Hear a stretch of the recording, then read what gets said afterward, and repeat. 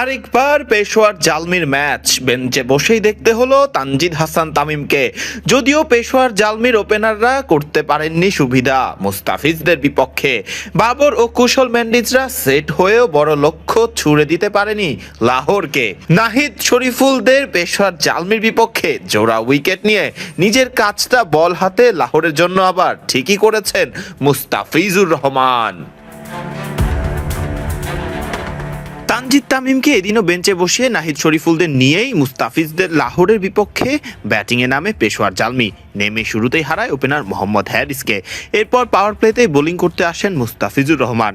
ম্যাচের পঞ্চম ওভার করতে আসা মুস্তাফিজ নিজের প্রথম বলে দেন মাত্র 1 রান, দ্বিতীয় বলেও দেন মাত্র 1 রানই। নিজের বোলিং দিয়ে বিপাকে ফেলেন আগের ম্যাচে রান পাওয়া বাবর আজম এবং কুশল মেন্ডিজকে। সব মিলিয়ে ফিজ নিজের প্রথম ওভারে উইকেট না পেলেও দেন মাত্র 4 রান। পাওয়ার প্লে শেষে আবারও বল হাতে হাজির হন মুস্তাফিজুর রহমান। এইবারও প্রথম বলে দেন মাত্র 1 রান। এর পরের বলেই কুশল মেন্ডিজকে বিপাকে ফেলে আবেদন করেন লেগ বিফোরের জন্য, যদিও আম্পায়ার সাড়া দেননি মুস্তাফিজের আবেদনে।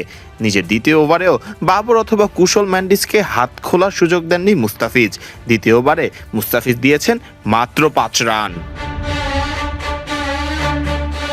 নিজের তৃতীয় ওভার করতে আসলে সেই ওভারের দ্বিতীয় বলেই ফেরানোর সুযোগ ছিল বাবর আজমকে। তবে ফিজের বলে খেলা বাবরের সেই শটে ক্যাচ উঠলেও তা তালুবন্দি করতে পারেননি লাহোর অধিনায়ক শাহিন শাহ আফ্রিদি।